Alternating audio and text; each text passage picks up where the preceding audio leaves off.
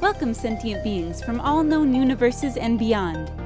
It's time to activate your cranial downlinks and prepare to receive a raft of discussion on a cosmic ocean of science fiction and fantasy topics, interviews with local area genre devotees, and insightful prognostication by our soothsayers of science fiction, our forecasters of fantasy, and any other beings that happen to get caught in our gravity well.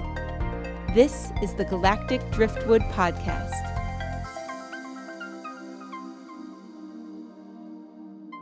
Hello, and welcome to another episode of the Galactic Driftwood Podcast. I'm Bill. I'm John. I'm Linda. I'm Charles. And I'm Seth. And we got a lot of nerd news that we're going to be talking about today. Excuse me. COVID. You had COVID. Bill is dying, and I'm the new host. It's Sean, the new host. Yay! Oh, come on.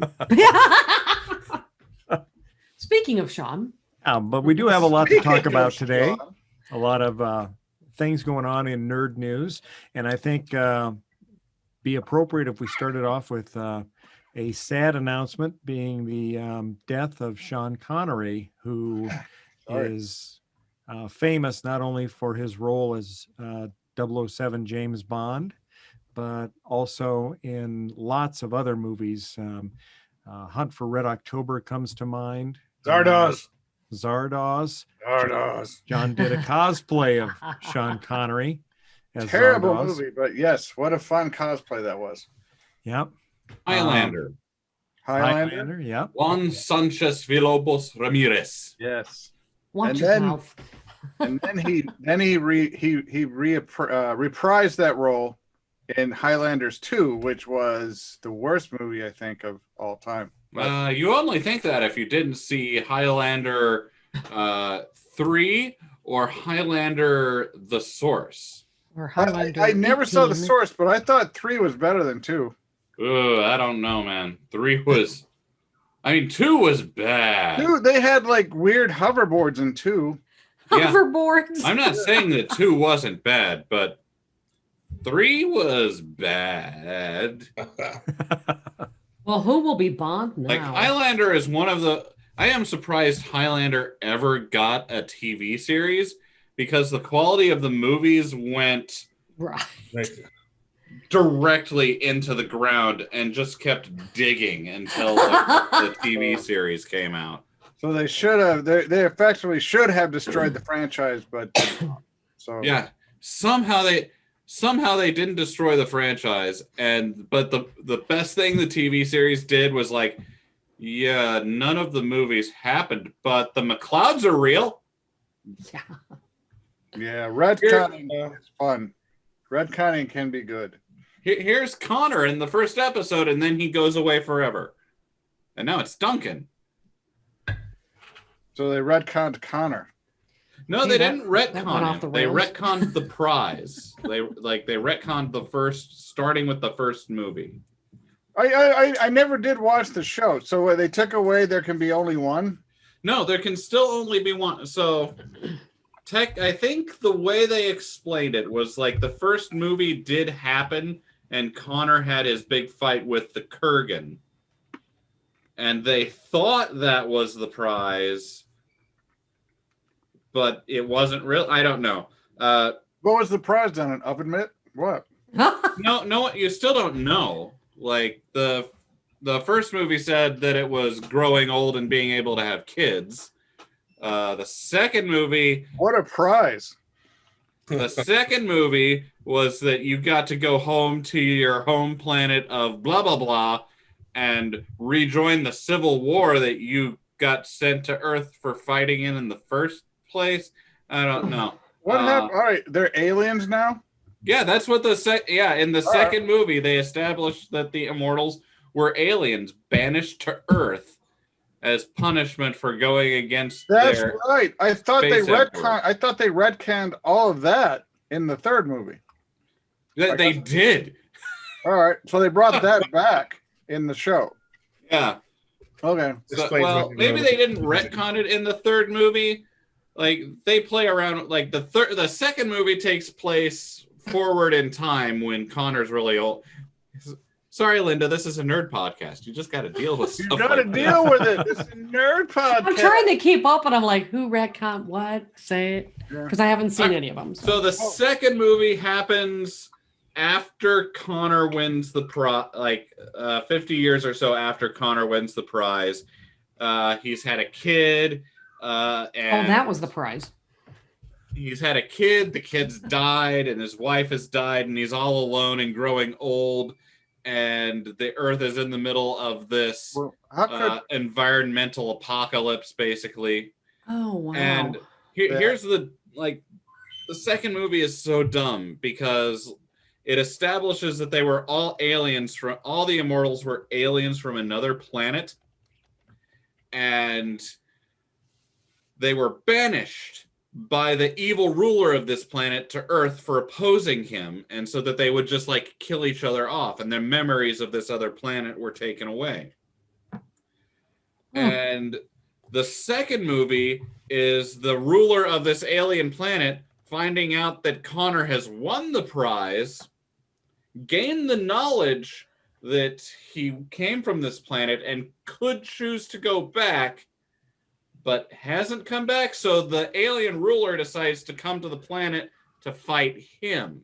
first he sends two buffoons who use these hoverboards to try to hunt him down. And who Hoverboard. die really fast. Yeah, they do, because it's just like you're surprised they actually don't accidentally kill themselves. They're so stupid. But all right, how can Connor win the prize, and yet there's still more immortals? I thought he had to kill all the immortals. As soon as there become more immortals on the planet, the prize goes away. It He resets. doesn't have the prize. When he won, he became mortal, and when these new guys come over, they make him immortal again. Hmm. And he what? kills he was an old man, and these guys show up and basically throw their necks on his sword, and then he becomes young and fit Exactly. again. Exactly. And it's like, so what you're saying is the cake is a lie. The immortality and the prize aren't real. Right. No, they are real. He could have in the second movie, he could have chosen to go back to the planet and potentially start opposing this guy again. But he never chose to, and the guy decided to come after him and then ended up dying because of it. I remember the ruler of the planet as being really campy. Oh yeah. like makes Ming the Merciless look like a Puritan kind of campy. The whole second movie is pure camp. We maybe should watch it. Let's watch Highlander 1 and 2. Let's watch I I think we Highlander need to 1 do and that. 2. Yeah. We Yep. probably should, because we have not How many are there? we haven't There are 3 movies in the original series. Highlander 1. And I know this because I was a big Highlander fan because my parents actually let me watch Highlander when I was a kid. Oh, I watched the show, and then they let me watch the movie. The movies they probably should not have, at least for I don't know. So there's Highlander 1, in which Connor McLeod fights the Kurgan and wins the prize. There's Highlander 2, wherein he finds out that they are all immortals, or they are all from another planet, and they come and fight him, and it's a whole. and Sean Connery's back from the dead somehow. Yeah, that's part of what happened. I don't remember how it happened, but it's crazy. And then Highlander 3, The Sorcerer, in which there were a handful of immortals who got locked underground for 1,000 years, and for some reason they didn't Connor had won the prize right up until these guys are released from their underground prison, and then he has to fight, becomes immortal, and has to fight them all again. It was really contrived. I think it was a direct-to-video one. And then there were more? Well, then they started the TV series, which was a flat-out... It kept Connor McLeod being around and brought in the new runner, Duncan McLeod. Ah. But I do have to say, at the time, I really enjoyed the TV series. I think a lot of people did. I never really It saw was it. well done. I didn't Well either. done. Oh, I love the TV series. I've got 4 or 5 of the seasons on DVD. But yeah, so the TV series completely rebooted everything and followed a new member of the Clan McLeod. And Connor would show up occasionally. Ah. How could Duncan exist yet Connor still won the prize? Because the show reboots it. He didn't win the prize. So he didn't win the prize at all. Unlike No. a movie where he did win the prize, but they reset it somehow. Yeah, so Immortals have this thing that they call the Gathering, where at some point all the surviving Immortals will be drawn to one place. And so that was supposedly what happened in the original movie. So that just never happened, and they were never, like, the show just said, sure, there was a fight in New York, Connor's a person, but there's still tons and tons of Immortals, and in fact there's new Immortals coming or showing up on a regular basis. And the show also has Richie in it, who is one of these new Immortals who Duncan trains. So if Old Guard starts having weird hoverboards, then you know the series is going downhill. It sounds like it was a really good Sean Connery type movie, because he does really good in that genre.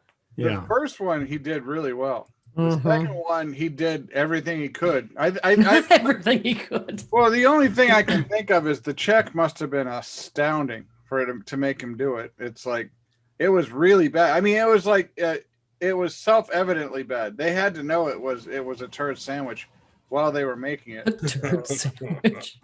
Yeah, it lost. Well, I remember it being horrible. Yeah. So, like, yeah, it pretty much did away with everything that had made so He definitely everything gets that an award made for... that made Highlander good. The really good I won't say really good sword fights, because this was before they really figured out how to do sword fighting cinematography. But like the flashbacks to the memories. Oh my god, I love that outfit. Yeah, he was a fantastic character. Oh, do you have a picture of Connery and his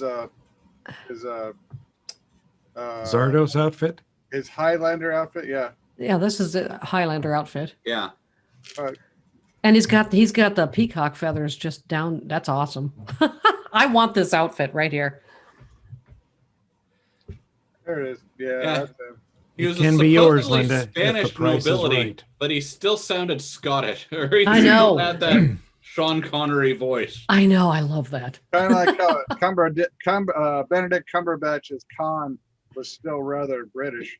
So Yeah, right. White. So it's like, yeah. I don't know if Highlander would have been such a good movie, or would have been a good movie without Sean Connery and Christopher Lambert. Lambert, however you say his name, because the guy Christopher Lambert played Connor McLeod, and he has one of those cool voices, just like Sean Connery did. Yeah, well, it's more of a Jean-Claude Van Damme accent rather than a accent. But it's like, yeah, he had it, and it worked. It worked really well. In fact, that's really the only thing I've ever seen him in that really worked for him. So, Yeah. don't. Well, while we're on the Christopher Lambert or Christopher Sean Lambert. Connery? Christopher Lambert. Oh, he was also Raiden in Mortal Kombat, and he did a good Raiden. I mean, it's definitely whitewashing, but yeah. there's another show waiting to happen. The whitewashing so show. We should do that sometime. Christopher Lambert just has a good voice, and I think he's done some voice acting too. I should look it up sometime. It's unique. Yeah. It is. It's kind of like Morgan Freeman. It's like it's a stamp. He's got his own, like, you hear the voice and you know it's him. Yeah. Yeah. I mean, now that I'm thinking about it, maybe he's not really a great actor. Maybe I just really liked his voice and really liked him in Highlander. And it's like you're a huge, basic look. Anyone who's into anime is into voice acting because and it's like I understand. I do, which is is he in any famous anime? Not to my knowledge. Like all I really know, like off the top of my head, Christopher Lambert for being in is Highlander and Mortal Kombat. Those are the two things that I've seen him in and remember him in. But now that I'm thinking back on his performances in those, he's maybe not a great actor. Maybe he's a great B-movie actor, but I don't think he's got what one would call a lot of range. Right, I would agree. And his voice would actually limit his range. It's because, I mean, there's no way. You know how, especially like British people can literally do an American accent? I don't even know how they do it. But it's like Christopher Lambert, you're going to know Christopher Lambert is not. Like kind of like Arnold Schwarzenegger, just I'll be back. Like I don't know what book I would listen to him read, but I'd probably listen to him read an entire book. Yeah, that's an interesting thought, right there. Not necessarily a really long one. I mean, like Dune, but it's like a short, and it can't be a happy book. It's got to be. There's got to be drama and a little bit of tragedy. It should be a book from the perspective of the villain. Yes, there we go, right there. What is your guys' favorite Sean Connery movie? I would say any of the Bond movies that he was in. Hunt for Red October. Oh, Hunt for Red October is also one of my favorites. Yeah. But while we're talking about him and his... Well, I mean, I'd kind of like to, real quick. Oh, yeah. What is your favorite Bond or Sean Connery movie, Charles? What was that one? Where he plays like I was just trying to look it up, so I can't remember what it was called. He plays a cop during Prohibition. Is that The Untouchables? Yeah, the Untouchables. Yeah, I remember I must have been young enough then that I remember liking. He was a good father figure in the Untouchables. A little bit drunk, but a nice guy. Yeah. I don't know. Not a mean drunk. Outland. That was one I liked too. Yeah, that's what I was going to say is Outland. I liked Outland. It was weird for its time because it was like an early 90s movie. Yeah. And it wasn't campy like a Stallone sci-fi movie. It had a slower pace, but I found it quite enjoyable. I did. It's about a mining operation on the Yep. That's right. Jupiter's moon Io, and it's Yep. the company was corrupt that was doing the mining, and Connery was the sheriff or the marshal of that town, and they did something wrong, and he was going to report them to Earth. So they were coming after him. Yeah, they were sending assassins to come get him, and it's was like a it's good slow one. motion too, because they sent him on the shuttle that comes every week. So Connor knew they were coming. He had a week to live because when the shuttle got there, the assassins were going to try to kill him. So it was an interesting pick. I liked it. I did. Mm-hmm. It was. Yeah, I kind of forgotten how many good it is. It's easy to forget how many movies Sean Connery's in. It's like Did a lot of them. he's in the background. Indiana Jones and the Last Crusade. Yeah, And right. he somehow, because that to me was just a horrible premise. The Last And- Crusade. Well, yeah, well, Holy Grail? Indiana meeting Indiana Jones's father and all that, but it seemed to work. Yeah. I mean, Sean Connery did a good job there. I think one of my favorite scenes in that movie is him running with the umbrella and Yeah. shooing up the birds into the air to get the strafing plane to have to veer off or crash. Yeah. And then having that really clever quote, whatever, like he had a really good line right there. We named the dog Indiana. No. That was one of the good lines. Yeah, I thought one of the funnier parts of that movie is when Indy finds out that he slept with the same German spy as his father. Yeah, I remember his quote. He says, I was the next man. He didn't say that, but Indiana Jones character said that. Oh God. But he was also in, I was just looking, Dragonheart. Mm-hmm. Oh yeah. He was the dragon.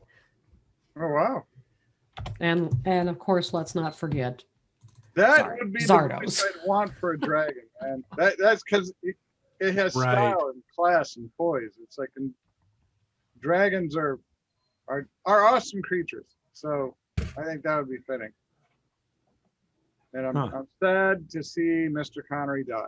Yeah. Well, what do you guys think about the new 007 that was announced recently? I did not know that they announced it.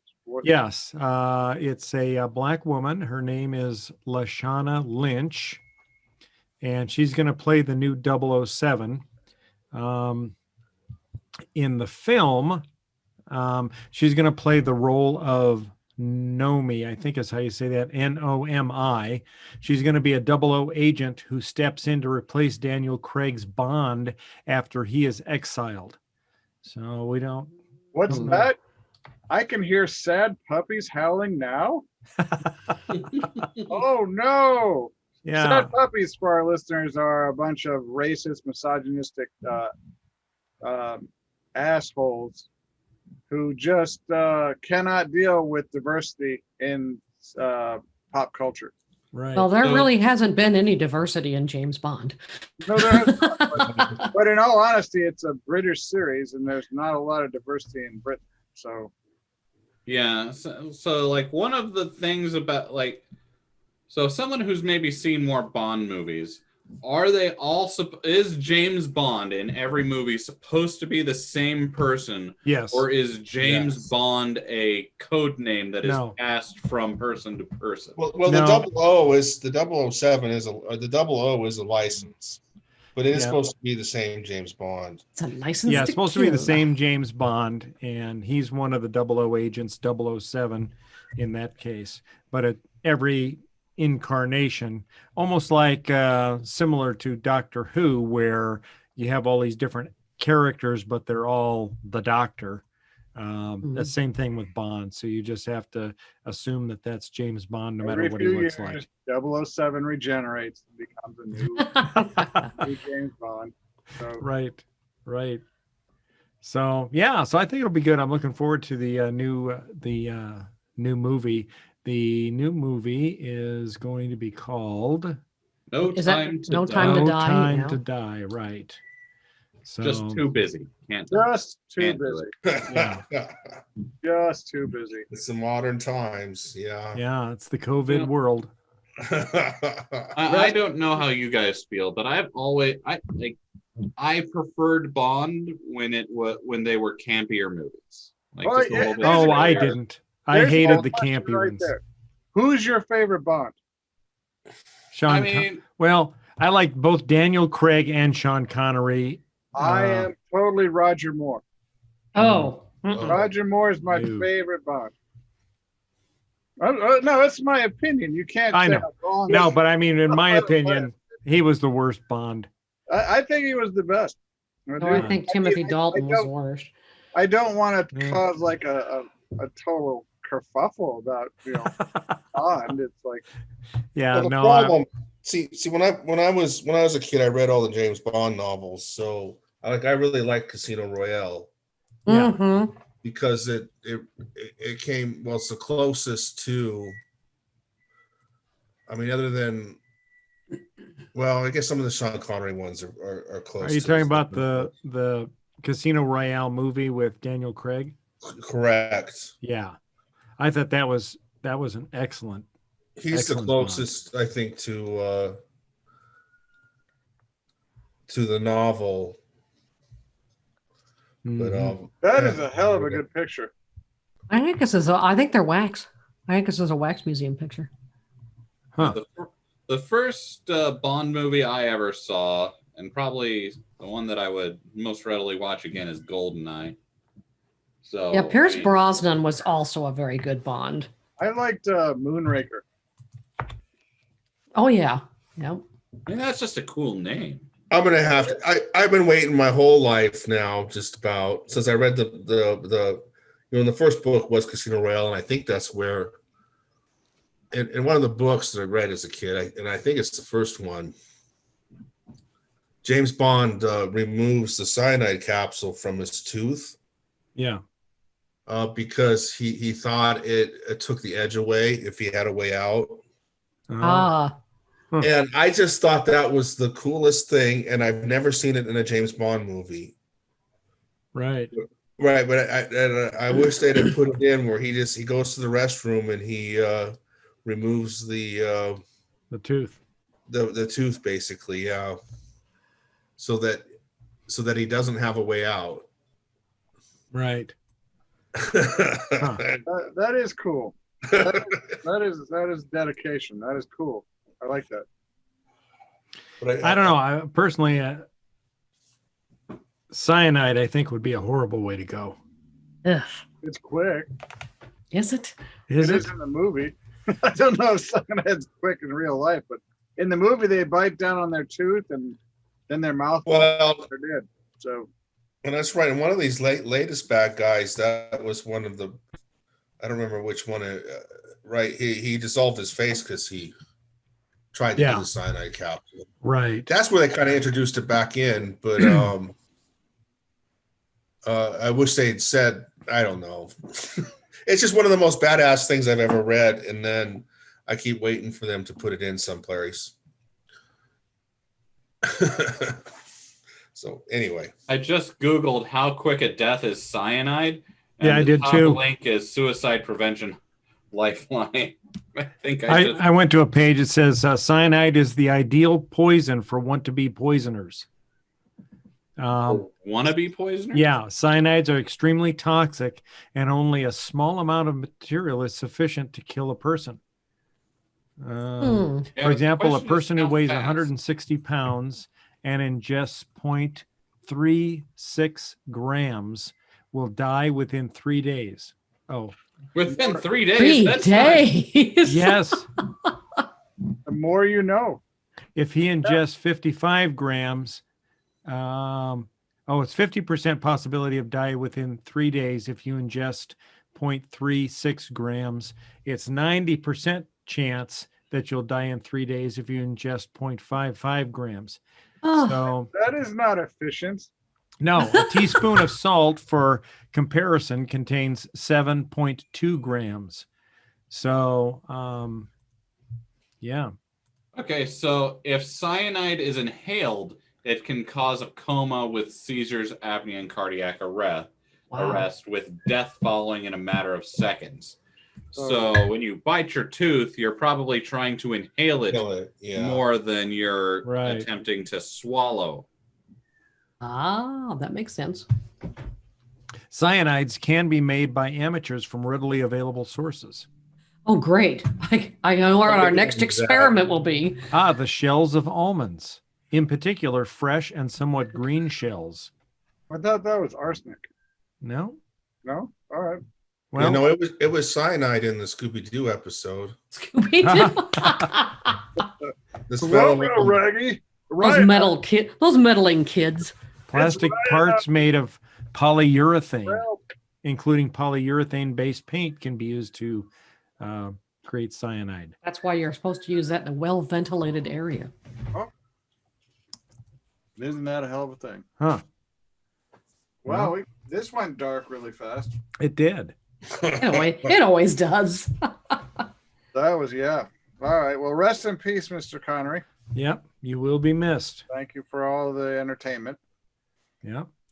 What do we want to talk about next? Well, do we want to touch on the fact that Johnny Depp was forced to exit the Fantastic Beasts franchise? Sure. We could do that. He was forced to exit the Fantastic Beasts franchise. Yes. So he said, I wish to let people know I've been asked to resign by Warner Brothers from my role as Grindelwald in Fantastic Beasts, and I have respected and agreed to that request. His exit from the Harry Potter spin-off series comes days after he lost his libel case against The Sun, a British tabloid that published an article in 2018 alleging he was a wife beater. Depp said he plans to appeal the ruling. So I imagine that his dismissal from the film is directly tied to his failure to win that case. This is yet another landmark in what has turned out to be just basically a 3 or 5 year car crash that is Johnny Depp and Amber Heard's relationship. It's like they have just been, each one of them is trying extra hard to destroy each other to the point where they're actually destroying each other. It's they're just destroying themselves. Yeah, straight up War of the Roses stuff. It's like, oh yeah, that movie was awesome. Yeah, that movie was awesome. But it's like, yeah, a couple that ends up hating each other so much that they don't care if they die as long as the other one does. It's like, wow. And I feel that's where Amber Heard and Johnny Depp are right now. Their careers are in flames, and it's like they're nothing but basically tabloid fuel. It's like everyone's just watching this car crash that is their former life, and it's like they're both crazy. I don't even understand it. Well, from a Fantastic Beasts perspective, did anyone see the last Fantastic Beast? I haven't. We saw the first one. Yeah. I've not seen the second one. Was that Crimes of Grindelwald? Yeah. I did not see that, no. I even forgot that it was out. Yeah, it's been out for years, and oh yeah, like the first Fantastic Beast was okay, like it was pretty good, but I don't know that. I don't think I was interested in the series enough to like go and see the next movie, and that doesn't bode well for the third one. It wasn't the successor to Harry Potter that I thought it was going to be. No. And it's like, I mean, so I guess what Warner Brothers is saying is it's not okay to be a wife beater, but it's okay to be a transphobic. Yeah, it was released in November of 2018. Which one's the transphobic? Oh, yeah. But they're standing by the author. Yeah. Well, I don't know if it's so much as they're standing by the author as they might have contractual obligations at this point. Yeah, and it's like actually she probably has at least controlling interest in the franchise, doesn't she? I have no idea what she's got, but I mean they'd have had contracts with production companies, contracts with the actors, all sorts of stuff that makes it infeasible to cancel a whole movie series because the author of the original book series is currently in the process of lighting all of her public good credit on fire and dancing in the ashes. She will not back down from that either. I don't see the win for that. I really don't. Mm-hmm. Can anyone explain that to me? Why people come out and say these things, dig themselves in to the detriment of their image? I mean, it's like, I mean, even if JK does not approve of trans women, what is the win for her to say so? You'd have to ask her. Yeah, I think what I think is more surprising is that she's just so deaf to her audience. Yeah. Right. And like she wrote something that's so important to so many trans people and LGBTQ, just like an entire generation that she was like kind of taught that you resisted the evil fascist wizard government, and now she's like becoming like she's not listening to them, like she's the one who taught them these things. Yeah, it's sad. It makes me sad for that generation. It does. Well, and speaking of that sort of thing,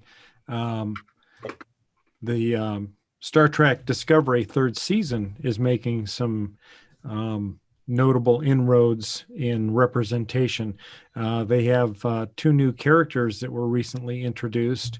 Adria, and if you're looking at that image on your screen right now, she is second from the end on the right, in between Dr. Colbert, who's on the very end, and Paul Stamets, who's on her right. And so that's the character Adria. And she and another character, which I didn't see in that picture, named Gray, are played respectively by the non-binary actor Blue Del Barrio and the trans actor Ian Alexander. And according to Variety, there they are. According to Variety, it says it's hard to overstate how significant of a milestone this is for LGBTQ representation on TV in general and for Star Trek specifically. Despite groundbreaking portrayals on other shows, trans and non-binary characters remain quite rare on TV, and there has never been explicitly identified trans and non-binary representations on Star Trek. So I think it's a great milestone. I mean, Star Trek has had a history of being inclusive. Right. I mean, if you look at the original series when it first came out, how they had Nichelle Nichols in the role of Lieutenant Uhura, a black woman in a position of power and respect on the part of the bridge crew. Asian male, Sulu, Russian, right, the bridge, right, and George Takei. Yeah.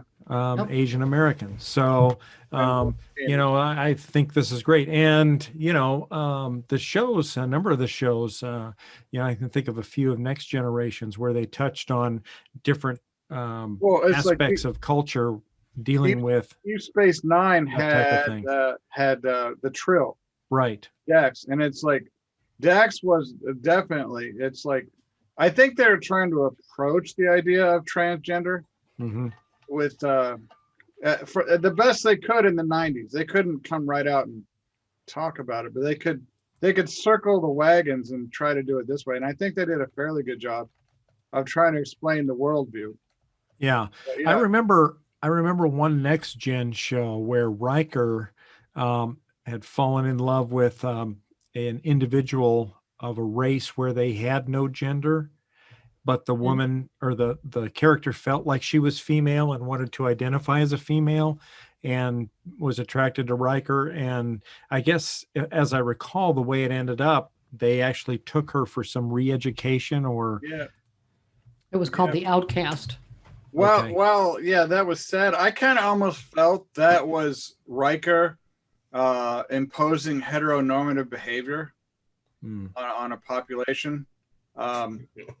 I felt that what Riker was doing was actually something that someone in Riker's position shouldn't do.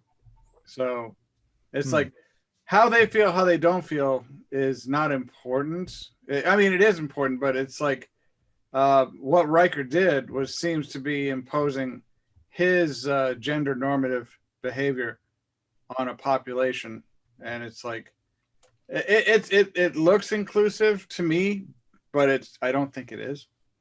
Well, it was about how the character felt about like herself. Right. Like, I thought he was trying to help her figure out. Yeah. Yeah, I it's been a while since I've seen that episode. Yeah. From my understanding is bear a rewatch, but yeah, my understanding is like the character who he had a relationship with in that episode would have been forced to conform to her society. Right. Yeah. Versus her own feelings of sexual Right. identity. So almost the opposite of what we have here, where Assimilation. the people want to try to put people into boxes. You know, you're male, you're female. I mean, that Enterprise species did an interesting thing where they had a third gender in a species, and Trip, if anyone remembers the Enterprise series. Yeah, I do. Trip, what was Trip? Chief engineer? Yeah. Actually tries Connor to help Trenier played that character. Oh yeah. the third gender come out as more binary. Mm. And in the end, they ended up destroying the third gender because they say Trip ruined it. Huh. It was kind of that's the Progenitor, that was called. Progenitor. Cogenitor. Oh. Yeah, that one almost made me like tear up a little bit. I wasn't expecting it. I wasn't expecting the complete destruction, but it's like, and Trip got a reprimand, A pretty bad one. for his role in that because he Oh, ruined is that it? Yeah. ruined the relationship between that species and the Federation. Yeah. Archer was pretty pissed. I imagine Riker didn't help relations. What kind of relation? Right. I think Riker had relations. That was Well, yeah, in the Shatnerian kind of way, but yeah, shall we say? But yeah, what do you think, Charles? You're very quiet. You know, I was just trying to. Which is the one? The Seth MacFarlane. Oh, Orville. Yeah, they have the two. They have the Mocklin?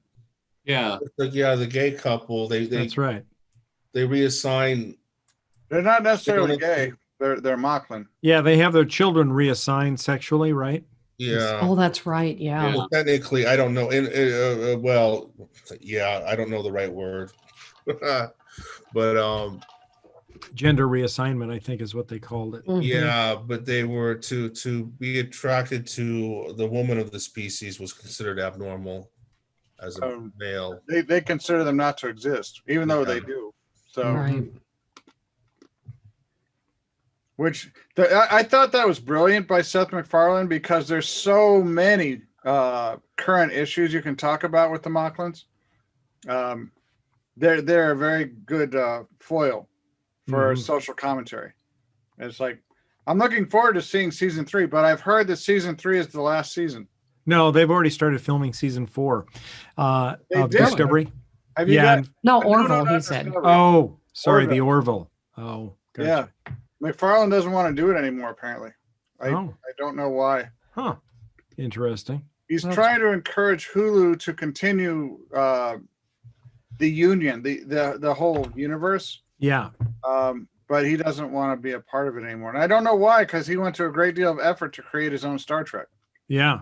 Well, maybe he wants to go on to something else. Maybe, but this is actually really good. This is Mhm. this the Orville captures the spirit of Star Trek, The next gen.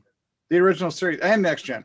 Yeah. 'Cause Next Gen was literally you could tell that Next Gen was the offspring of original series. How they actually look at social events and try to correlate them in their storylines, and it's like, but yeah, I'm gonna be sad to see the Orville go. I really I like. can see because wasn't his intent? His intent was to create something funny, I believe. Well, that's what he told Fox.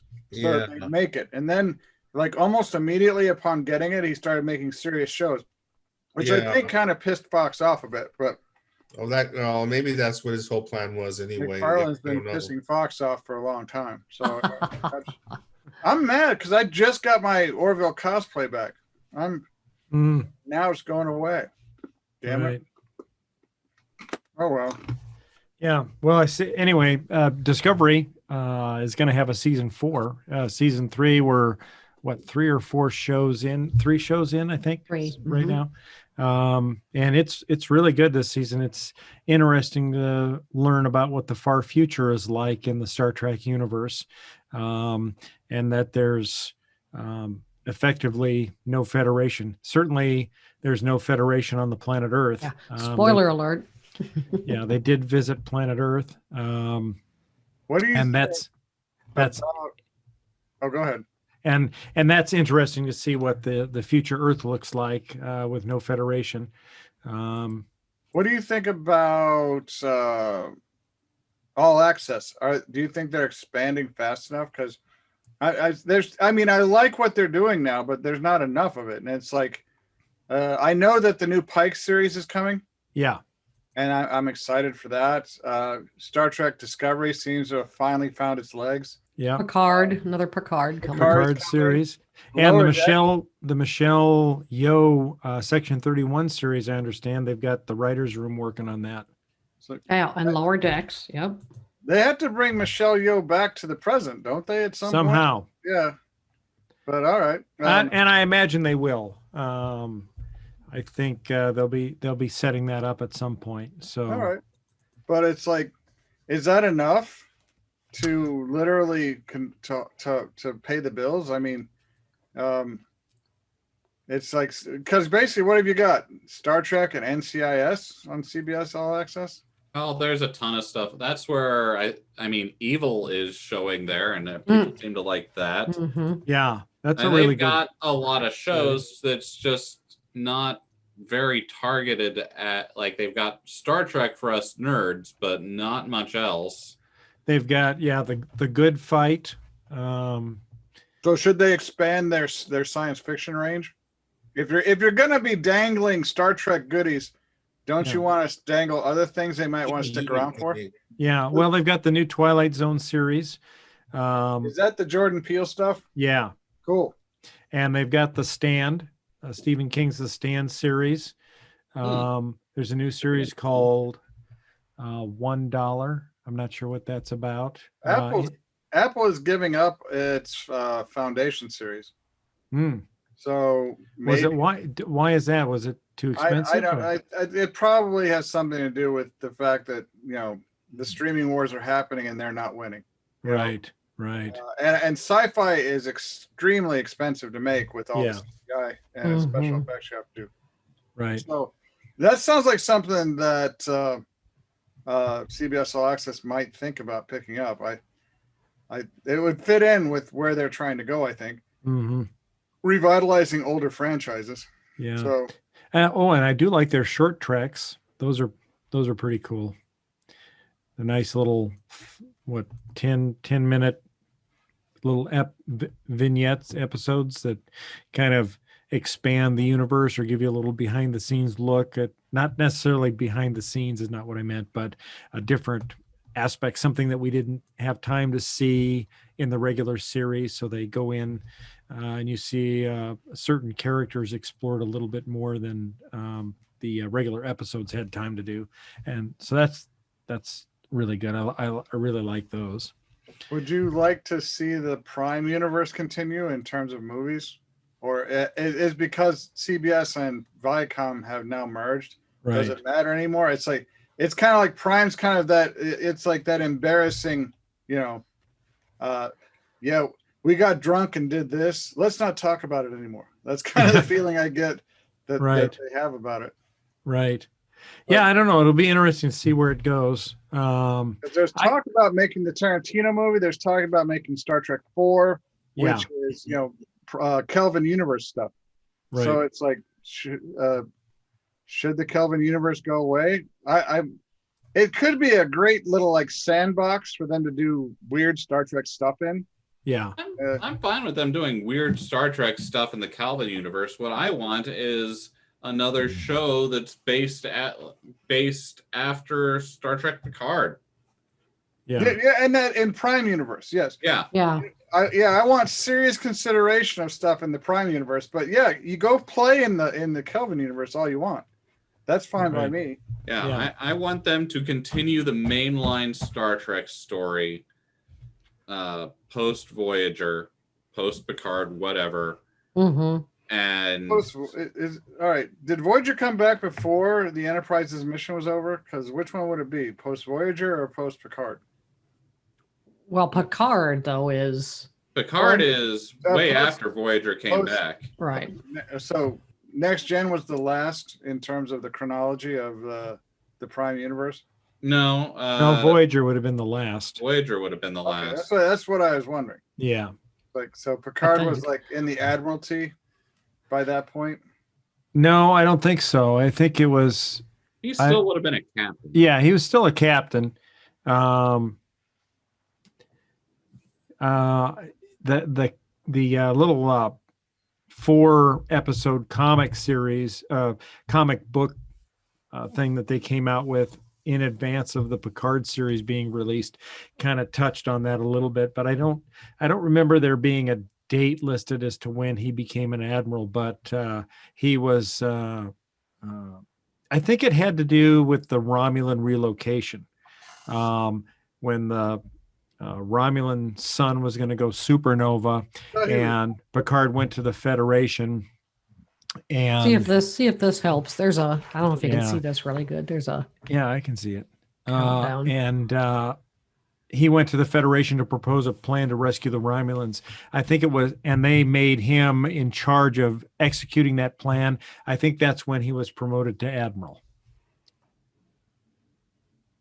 So that would have been after Voyager's return. What is okay? So this is Picard's timeline. So the Rescue Armada is about rescuing the Romulans. yes. Okay. And then you see right after that, so Picard leaves the Enterprise, right? So he left the Enterprise, and that's when he proposed the rescue for the Romulans. He was promoted to admiral, given command of the USS Verity, and then that whole process started. But then, Didn't Romulus explode? That's yeah, in coming up 2387, it shows after he retired. Yeah. Yeah. yeah, so he retired. Let's see.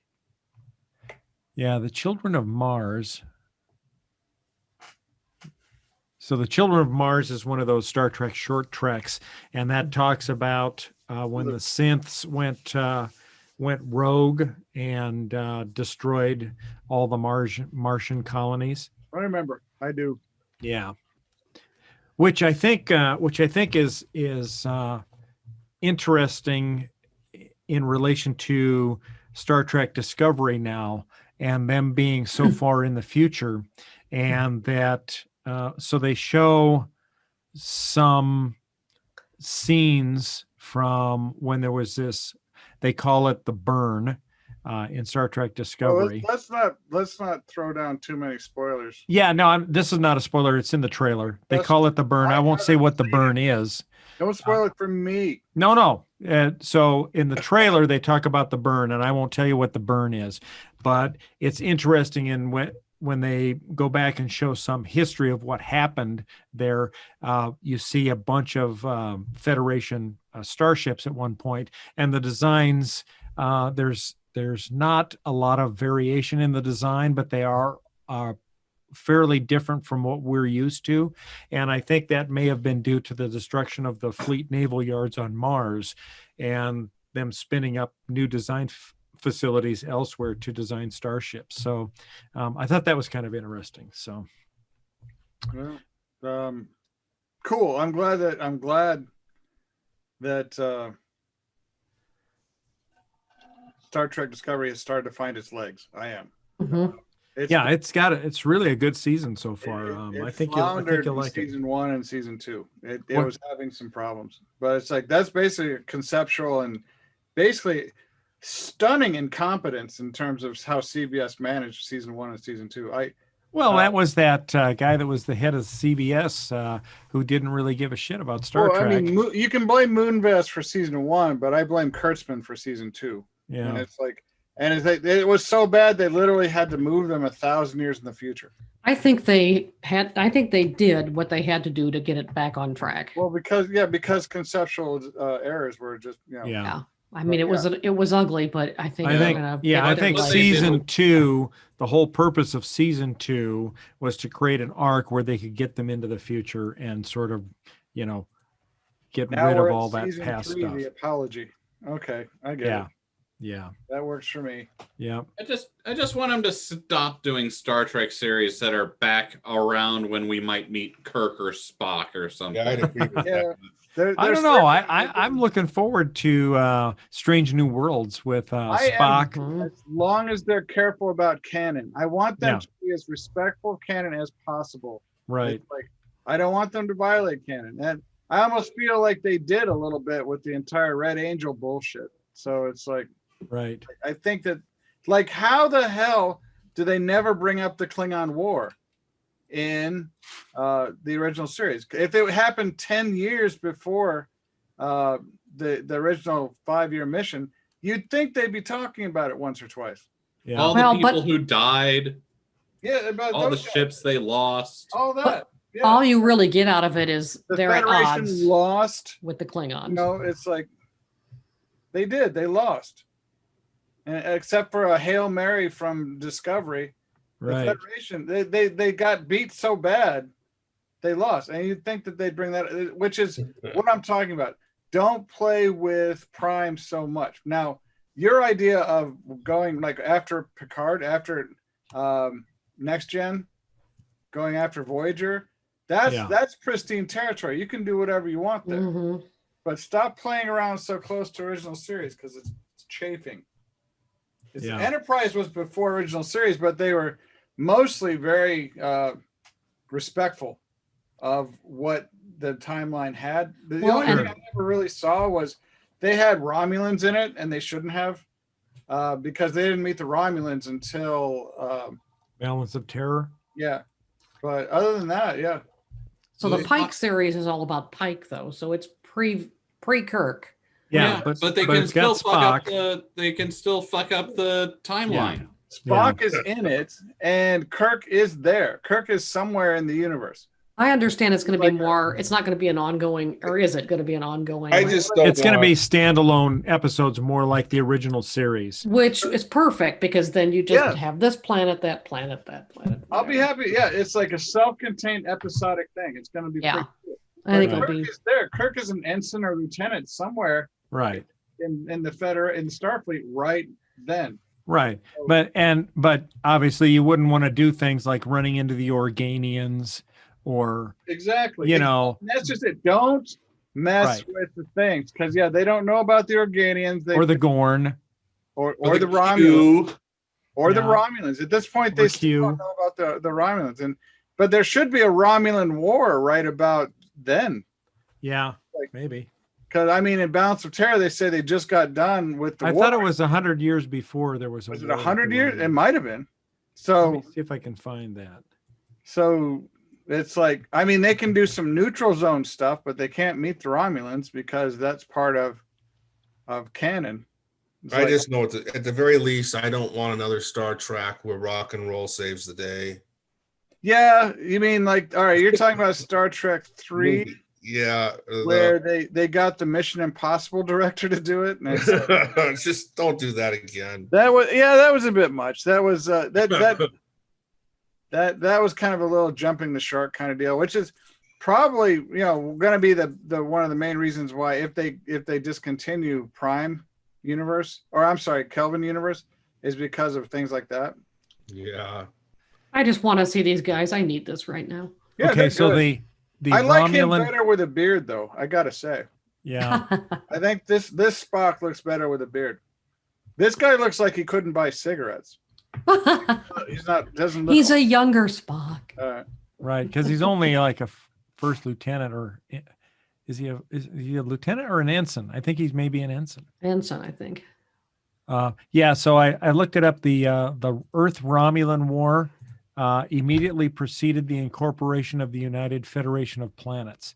So it would have happened sometime after the last episode of Enterprise and before Kirk's era. So that's about 100 years. And there is a show waiting to happen, right there.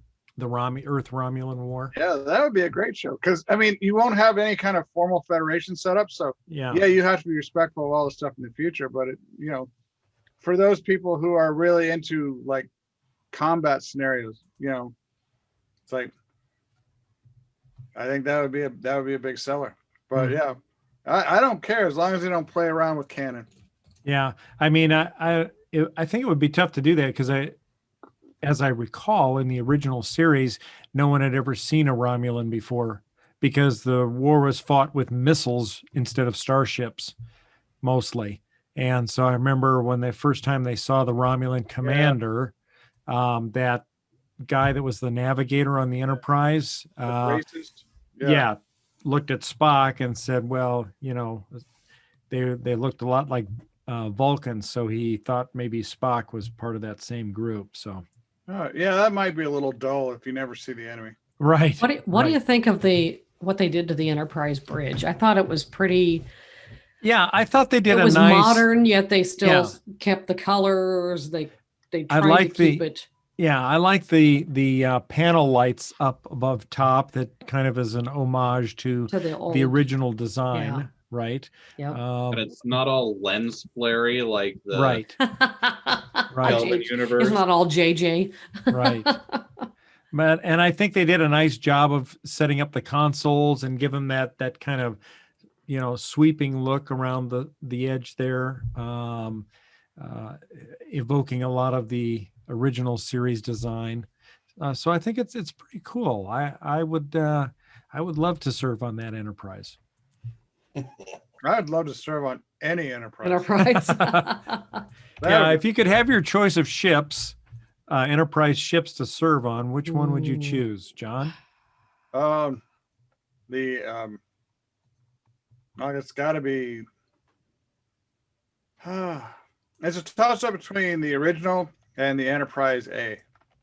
Okay, all right. Because I kind of like that refit. Yeah. After they refitted it, I did kind of dig that. But yeah, how about you, Linda?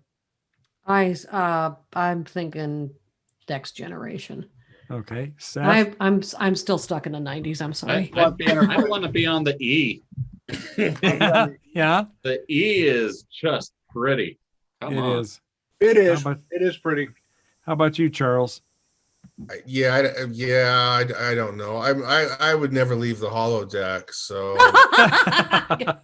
it almost doesn't matter. Yeah. I will say, if I had my perfect Star Trek, the next show, I just see Charles leaving the holodeck, going, "Maid, por favor." Yep. Get in there. You need a bucket. You're gonna need a bucket and a sponge.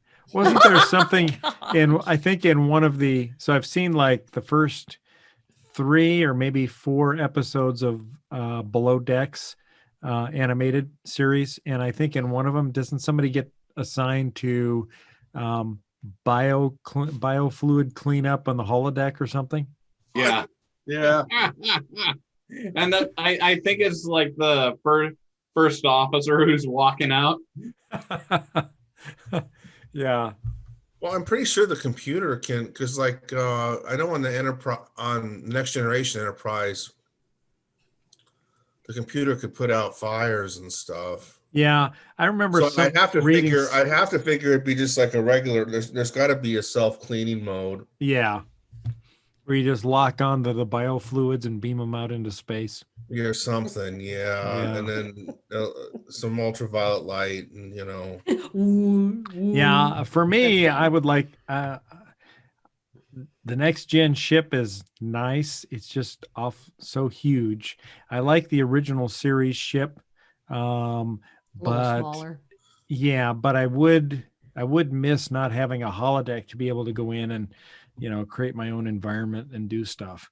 Although to John's point, I think with androids data specifically being this huge danger to the Federation because he's an android and he could do anything. I think the same thing's true on the holodeck, because the holodeck, you can turn the safeties off. And how many times did we see the holodeck almost result in the destruction of the Enterprise or the galaxy, right? So just needs to be a light switch for the holodeck. Just yeah, right. I guess what also surprises me is I like Next Gen because the sweeping, you walk down a ramp. It's very user friendly. And now we're back to steps. Like with Discovery, it's all steps everywhere. What happened to the ADA? Yeah, exactly. Rules? But to be fair, what I'd really like to see next is a Harry Mudd series. Yes. Oh yeah. That would be I'd like to hilarious. follow him on his adventures. That Yeah. actor kind of redefined Harry Mudd in a good way. Yeah, I know he did.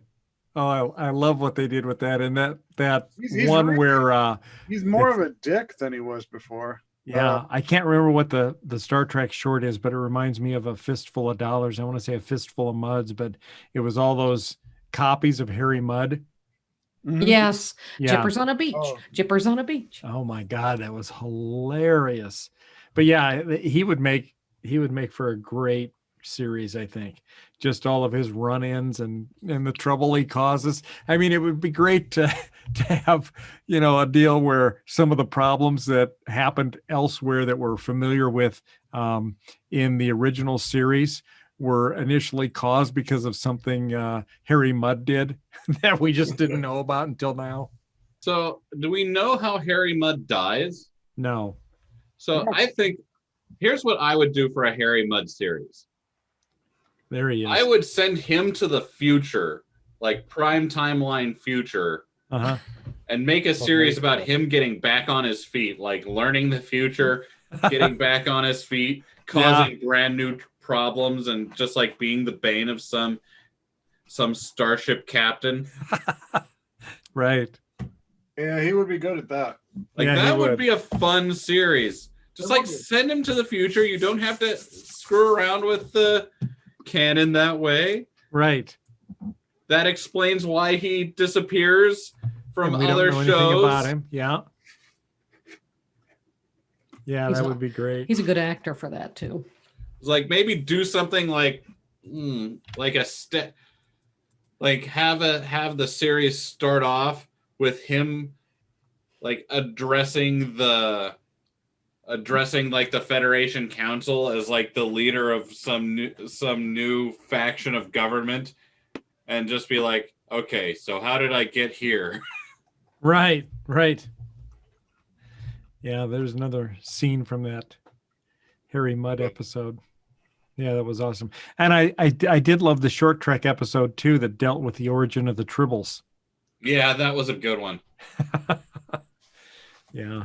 And Well- I mean, that should have been like what really pissed the Klingons off at us. Yes, right. Right. Yeah, My Tribbles- favorite part of that was the guy walking with the big sucker tube.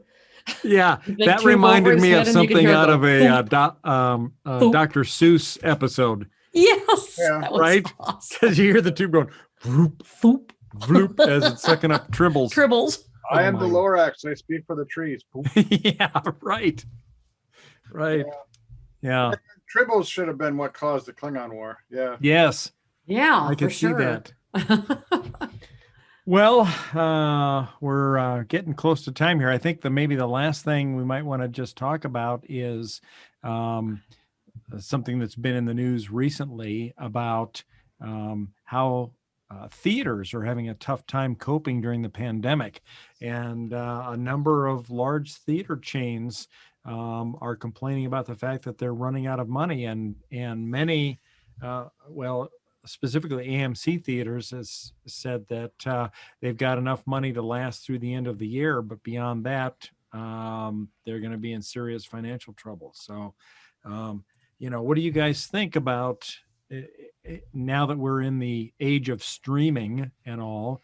Are movie theaters still relevant, and what should be done to save them? Can anything be done to save them? I mean, going to movies is still lots of fun. Like Yeah. Endgame just wouldn't have been the same experience Yeah. outside of the theater. Right. Like Yeah. I think they're like movie theaters aren't gone just because of streaming. We've had streaming, Sure. but we've had is COVID, and Yep. they should have been one of the businesses that maybe we should have helped support, like, Yeah. and paid so that they didn't help spread the virus, so that we Right. could have been over sooner, so they could have been back in business sooner. Well, Although I wonder if, the pandemic only accelerated the inevitable because well, I mean, it's like movies actually spent the money They released in the theater, they made the money, then they'd be released to various venues, including streaming. Yeah. Netflix is famous for not being committed. They don't have long-lasting series. They Mhm. would never have made the MCU.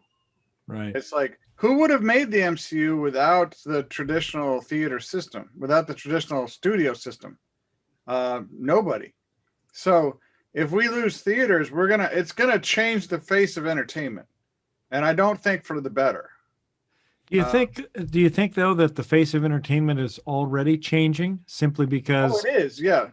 of streaming? And you have these expensive series like The Mandalorian and Star Trek Discovery and stuff like that are very expensive to produce. And whereas in the past we would have maybe 24 episodes in a season for a particular series, and now we're down to more like 10 episodes in a season. Yes, and you're also seeing there's the saturation point is being reached in terms of streaming networks. It's like Apple's Brave New World is now being canceled, right? And I think that would be awesome. But it's like, I hope another streaming service picks it up. I do. And canceled because of the fact that Apple's not competing well in the streaming market.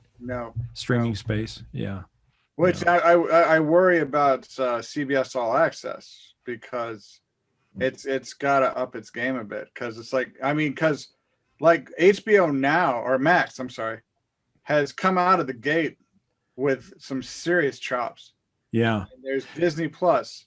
And Disney Plus comes with Hulu, and you've got Netflix, which has a long record. So it's like we're starting to see the real battles in the paywall wars, and it's like I don't know who's going to win, but Apple's losing. Yeah. Go ahead.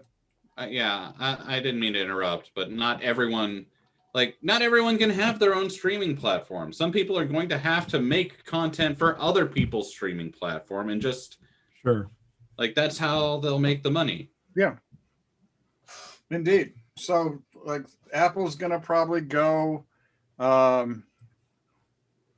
YouTube has severely curtailed its original productions. I don't think YouTube's going to be a player anymore. It's like, I never cared about YouTube's original productions. I just want to watch stuff without ads. That's why I subscribe to them. See, I don't care about the ads. Actually, I guess I've spent my whole life with ads, to the point where ads are actually just a part of how I live. It's like, if an ad comes on, I go to the bathroom, or I make a sandwich or something. That doesn't work.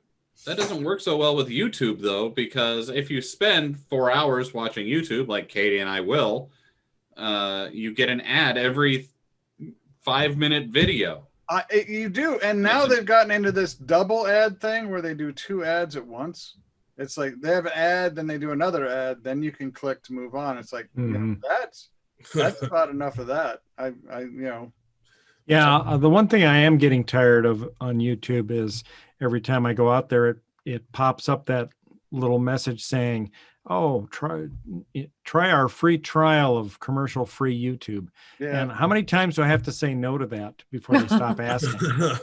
A million times. That's how you say yes. It's to the point now that they've irritated me so much that I'm never going to try it, because they've just freaking pissed me off. I'm sick of seeing that goddamn message. No, I don't want to try your free trial. If I did, I would have done it long ago. Stop asking. YouTube triggered Bill. Oh, God. Wow. Yeah. No, That's the one thing that pisses me off now to no end. I don't give a shit about the commercials. Stop asking me to fucking buy your service. What are you going to do to them? I mean, are you going to hijack their cars and stuff? I'm on the edge, baby. I'm on the edge. I'm on the edge, Jerry. Bill, if you do something that brings ads back to YouTube for all of us, I will find a way to destroy you. I just want them to stop asking me to frickin' subscribe. How many times do I have to answer that question? It's like, that frickin' section of Young Frankenstein where the Frau Blucher Ovaltine? is asking, Ovaltine? do you want something? Do you want something before you go to bed? know. Nothing. Thank you. How many times do you have to say nothing? Thank you. Oh, do you need a hug? Because it seems really personal.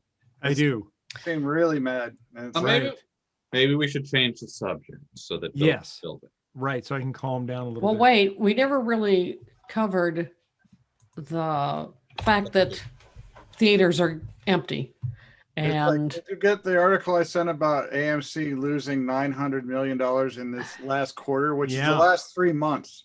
They Right. lost I just miss, $1 million. It's I mean, here's an example of why you still want to be able to have movies at a movie theater. Yeah. Yes, it is. And it's absolutely a community thing. It is. Yeah. I mean, there are certain things that when you share, I mean, I remember going to, what was the Doctor Who movie that came out? And it was the biggest deal. The Day of the Doctor. The Day of the Doctor. And everybody was like dressed up in their Doctor Who stuff. And it was a blast. They had their sonic screwdrivers and I mean, there are certain things. certain events or certain that picture blockbusters. That picture was intense. Can you put that back up for a sec? You bet. Because that one, they all have those lightsabers. Those are all expensive too. Those are not the cheap FX These ones. are nerds. Right. These are like Ultra Sabers, Kyber lights. These are. I see a few cheap ones in there. That's all right. Oh, there it is. I see a red one over on the left side. But and there's one on the right side. But a lot of these, the preponderance of them, these are like $200, $300 sabers. It's like, I mean, that's the nerd status symbol. Come on. That red one on the left looks like one that they got at Galaxy's Edge. Oh, the ones with the lights that go to the side. That Yeah. lights up and down as you turn it on FX and off. style of lightsaber. Yeah. Yeah. So that's what Galaxy's Edge has, is like FX style sabers. Yeah. Yeah, This is my what I double miss. saber. My double saber works like that. But it's like I don't prefer the FX. I prefer the Ultra Saber. Yeah. Well, right. On theaters though, like the theater experience has changed a lot over the last couple decades. Yeah. Because when I was in college, it was still you waited in line on premiere night to see if you could get tickets. Mhm. Right. Yeah. And then you got tickets online. Yeah. And you had your seat reserved. Right. And now we've got like the experience where you have a more comfortable seat and you can get dinner with your meal. The whole Alamo Draft House experience is what kind of the way that theaters are going to. Just got a message from Jenna. Yeah. Alex Trebek died. No. Oh no. Well, he did have pancreatic cancer. I know, but it's like, damn. He's been a fixture of my existence. He's just been in the background of my life forever. It's like, damn. Yeah. Huh. Well, rest in peace. Well, they come in threes. Oh. So they say. Way to be optimistic, Bill. They come in threes. I'm thinking Rush Limbaugh will be next. All right. If I it turns out not to say on air my if you're feelings foreshadowing about that. Mark Hamill's death, I'm going to be mad at you. No. He's going to be around for years. Well, yeah.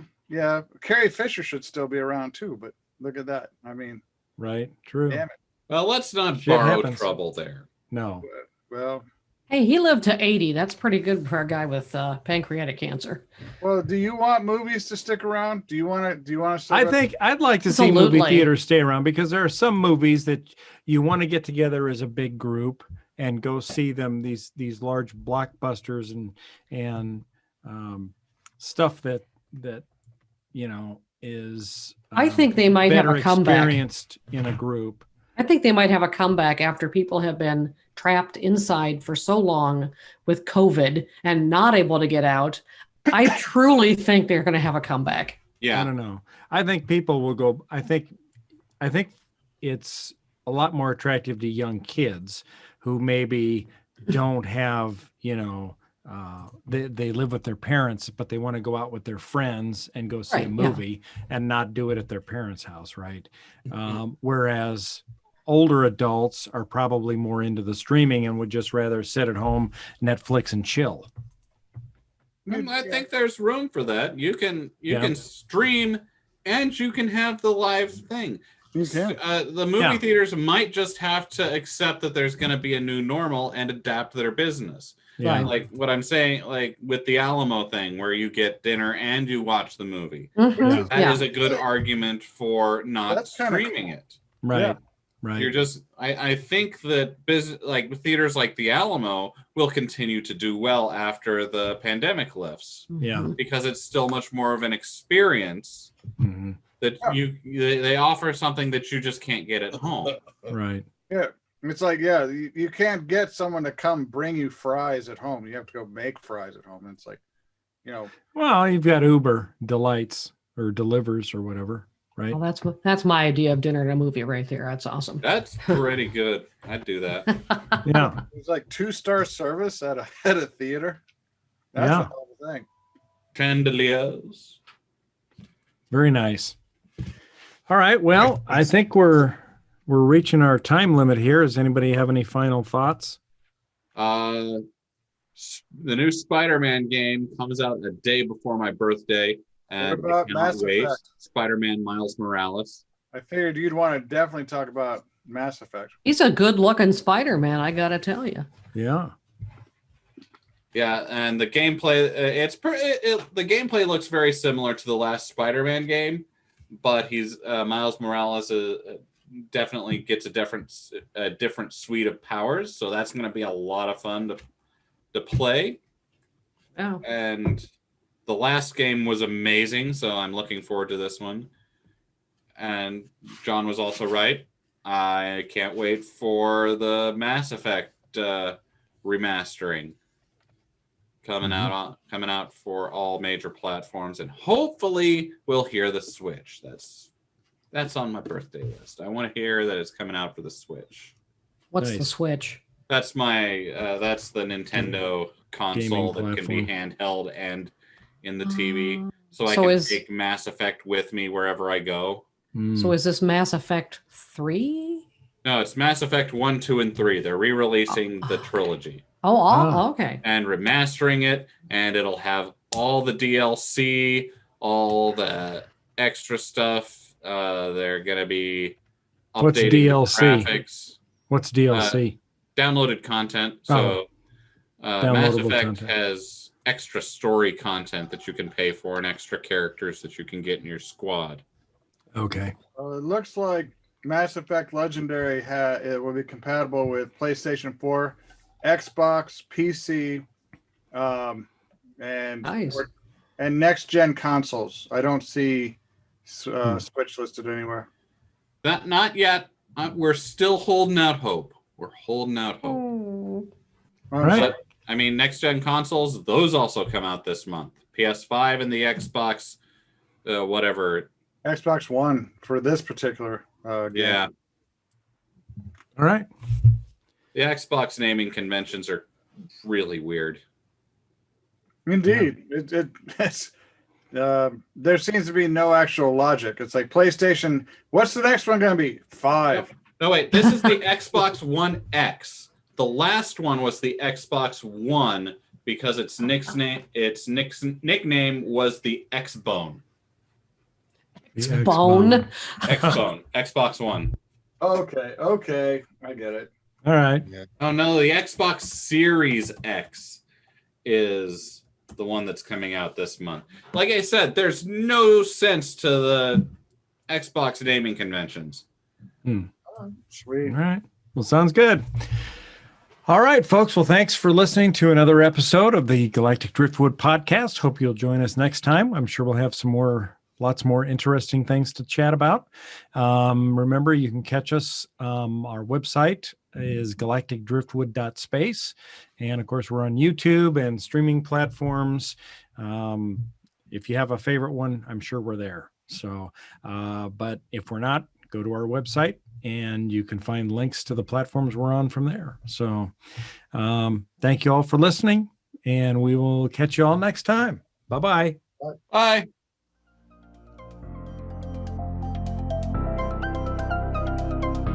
Thanks for listening to this episode of the Galactic Driftwood podcast.